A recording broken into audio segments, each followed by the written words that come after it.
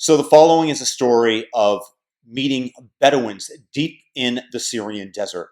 After being convinced by a local to join him on a desert experience from the city of Palmyra out deep into the Syrian desert, not too far away from the border of Iraq. It's an interesting experience to be convinced by somebody. In retrospect, probably it might have been too risky, but that is definitely one way to live life that is more compelling, that will give you a greater sense of adventure and give you a broader vision of the world and what you'll experience there. A little funny story, just to show you the differences between truly developed countries and the Middle East. We had three of us in the car from the West that we had met up in Damascus and then had traveled to Palmyra together.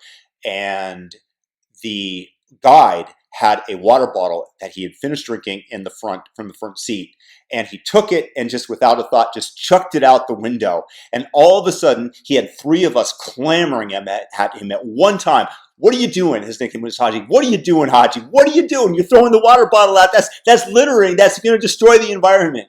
And he just laughed and took it in stride and said, and especially to the German woman behind us, he said, Annie, I promise you, next time I won't let you see me do it." This is life in the Middle East. There's many more things to worry about rather than the environment. So people that are clamoring for the third world, for undeveloped countries to worry so much about their environment rather than their development, rather than their immediate well-being, which is always in jeopardy, are in for a very rude awakening if they think that people are going to follow the protocols that they set forth. There are plenty of things to worry about. Everybody in Syria is aged. They looked about 10 years older than they actually are. Stresses, lack of health care. If you take a look at their teeth, they're mostly yellow and rotting. And so we took this adventure with all this in mind deep into the Syrian desert and met with these Bedouins. And here's a little bit of that story. And we're in the middle of the desert and we meet a Bedouin camp. These are people, nomadic people, that their primary possession, what they produce, are sheep. They take it, they graze it in one area of the desert that might have a little bit of foliage, and when that's done, they pick up and go. Nomadic people that lay their rugs out over the sand to make it more palatable to sleep on, to walk on, and then they cover it with a tent. And I'm going to tell you that they were scared of me. Why were they scared of me? I was the only person there, the three of us, we were the only people there that did not have guns. Guns are ubiquitous throughout Syria. That is a similarity to America, except that they're out in the open. There's no such thing as non-open carry areas of Syria. But you go out into Palmyra, you go out into the desert, every single person is armed. It's a little bit scary. It is when you don't have a weapon to defend yourself, should somebody point one at you. Fortunately, these Bedouins were incredibly hospitable. You see, the Arab tradition is to be incredibly hospitable, and I believe that it stems from the idea that if you are trapped out in the desert and you have no supplies, and so you go to somebody and they don't help you, that the favor will not only not be returned, but if these people survived and tell about it, that you will be then branded as a traitor, as a bad person, and your existence is very much threatened if you are branded as such. So there's a mutual exchange of help that exists in the Bedouin world, in the Arab world, that is really paramount to nowhere else I've ever been. People really do go out of their way to help you. And it might be also the fact that we were white and we were the first white people that they ever met, which is why they were scared of us. They had the guns, but they were the ones who were scared of us, because you see me, I've got my green eyes, and I go in there and the children have never seen that before. So what do I do to ingratiate myself with the children, to gain rapport? I play with them. I play monster with them. Here's a clip. There we go.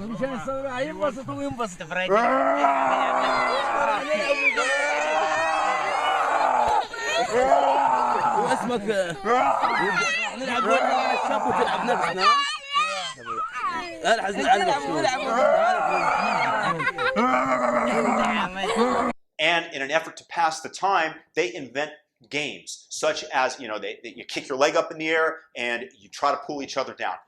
Another clip of what life is like in the tent, in this Bedouin tent. We lock arms, and now we kick up the leg, and the object of this game is leverage. You don't want to kick your leg up too high, or else the person's going to take you over. So it's like this, and you lock legs, and you try to knock the person over.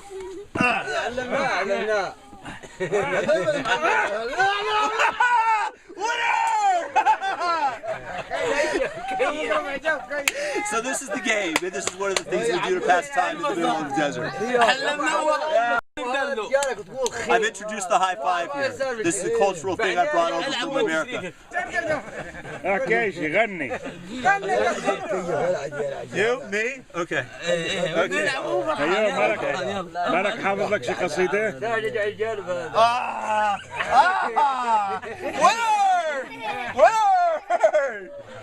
Okay.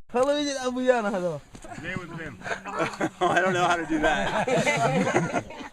And they were incredibly hospitable, as I said. They served us a sheep. They don't have that many sheep. These are not wealthy people by any standards, and a sheep is $300. And yes, of course, they did eat too, but they still slaughtered a sheep to feed us. And it was really an incredible gesture on their part, and just exemplifies Arab hospitality and the Bedouins. And maybe we were guests of honor, but nevertheless, I was very much appreciative and floored. There are areas, of course, of America that are incredibly hospitable, but I'm not sure that I've ever felt it to this degree. Of course, I was a big attraction for the kids, so maybe that helped. So we left the camp of the Bedouins after several hours of talking with them, playing with them, dining with them, with the experience that I described where they slaughtered the sheep for us. We were the guests of honor. It was the first time that they had ever met white people. As I mentioned earlier, the kids went from being scared of me to rather sad that I was leaving and hugging onto my leg, not wanting me to go. I had taught them things, played games with them, and I was unique because, again, we were the first white people that this group of people had ever encountered. And I just have to say, no matter where you are, that the only thing that truly matters in life is health, happiness, love, and security. And it's in a little bit of food and a little bit of healthcare. And once you meet those things, you can be a fully functioning, happy human being, way more so than people that are at the top of the pyramid, so to speak, that are at the top of the food chain in the West, for example, that are incredibly unhappy. And it doesn't take much to achieve that. And the only thing that ultimately poisons this experience of living is this sense of lack or an ideology that expresses itself in anger, as is what's taking place currently throughout the Western Hemisphere. People in Syria have far more pertinent things to worry about: their immediate survival, their immediate health care. And of course, you have the poisonous ideology that is making its way and burning down Arab society as well in the form of ISIS and virulent Islam. That's the sad state of affairs of the world today. But the experience with the Bedouins, I thank them and wherever they might be today. Thank you for the experience, and I want you to know that I enjoyed hanging out with you and encountering you hopefully as much as you guys did me. And if for some reason you guys picked this up, subscribe. Just kidding. Peace and blessings to everybody, and have a fantastic, fantastic day.